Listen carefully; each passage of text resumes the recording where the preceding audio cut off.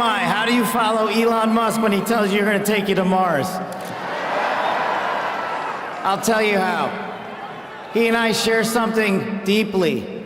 We love the American dream. And we have been given a gift by God today to usher in a new dynasty because we just inaugurated Donald J. Trump as our 47th president. And we just inaugurated J.D. Vance as our Vice President of the United States. And we did that because the American dream is alive and well, because you chose that our dream can be the dream for our children and the dream for our world. And we are at a crossroads here in America, but our future is bright because you had the courage to stand for your convictions. So I'm humbled here to talk to you about why I love the American dream. My story's pretty simple, it's unique, and some of you share in it. My parents were born and raised in East Africa. My father in the 1970s fled a genocidal dictatorship in Uganda, where he saw 300,000 of his countrymen murdered, where he saw what lawlessness would do if it was allowed to break through the system of constitutional justice. He fled, like so many others. He married my mother. They moved here. They waited in line. They stood in line because the American dream was worth standing in line for.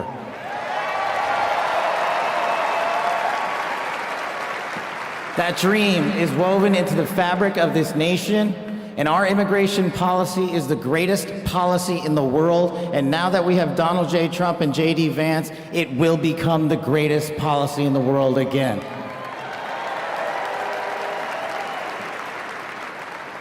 But dreams and hopes aren't enough, my friends. We gotta get to work, and we gotta accept the realities that too many of you know from your communities. President Trump launched in his first term priorities of national security, law enforcement, economy, and global diplomacy. But now we have to retread some of that. And I'd just like to go over a few of the things that our community has been living under these last few years. In the last calendar year alone, we had 100,000 drug overdoses. In the last calendar year alone, we had over 100,000 rapes. In the last calendar year alone, we had 17,000 homicides. That is unacceptable in 2025 in the United States of America. That is why we need constitutional law and order. When I read the statistic that for the age group of 18 to 45, the #1 cause of death is CCP fentanyl.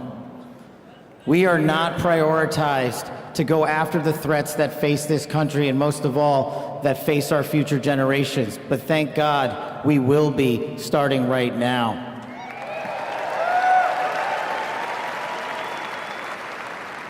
President Trump and J.D. Vance's leadership and administration will usher in the priorities that I cherished during my 16 years in government service.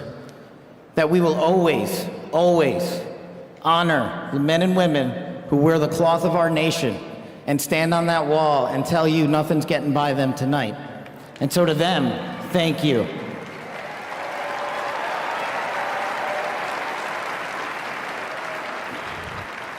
To our teachers and our frontline workers and our first responders, y'all choose to show up every single day for our children, for our communities, and we will now show up for you. Thank you for keeping us safe.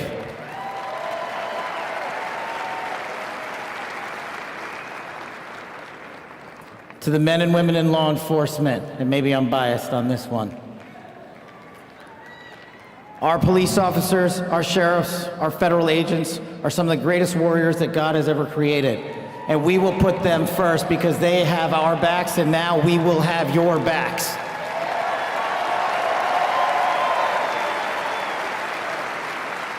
I am standing here because of the American dream.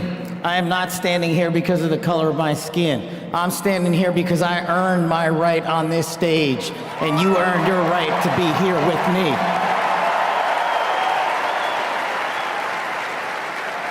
And I promise you this, with every fiber of my being, that our law enforcement, that our teachers, that our first responders, that our veterans, that our men and women in uniform who dare to serve this country and put themselves below the rest of our needs will be reprioritized to the top of the heap because they are standing on that wall, and we will not let that light go dark on them.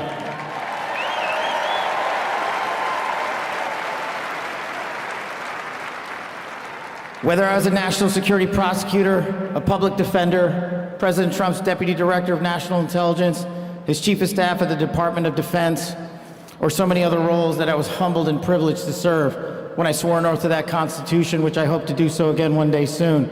You have my word that you have ushered in a dynasty of change. You have ushered in a dynasty that will allow our children to live this American dream. My American dream. I am living the world's American dream. I am the son of lawful immigrants. We worked our tails off just like you all do, and I'm gonna make you a deal. I promise you I will never quit on your children. I will never quit on their children, because this American dream does not belong to me. It does not belong to them. This American dream belongs to the world.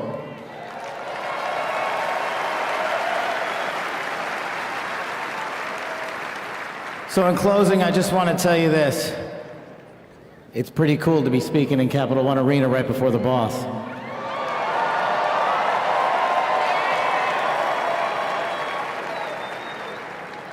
You've inspired me beyond words. Your love, your devotion, your commitment to our country, everywhere I go, shows us that we are not only the beacon of hope, but we are the land of constitutional justice. We are the land under Donald J. Trump and J.D. Vance, where we are going to end the two-tier system of justice. We are going to remove the weaponization of the intelligence community for political purposes, and we are going to put the men and women of America first.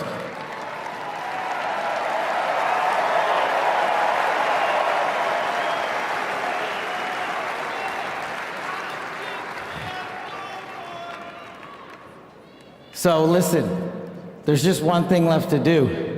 We all got work to do. We've got the greatest president and the greatest vice president in the history of the world. And so I just need you all to do a little bit more. Every time you see a law enforcement officer, every time you see a veteran, every time you see a teacher, shake their hand. Give them a little bit of your time, because they're giving us all of our time. And don't forget to enjoy the ride, ladies and gentlemen. God bless America. God bless these United States of America. God bless every one of you. I'm living the American dream. My name is Kash Patel, and I ain't going anywhere. Let's go to work.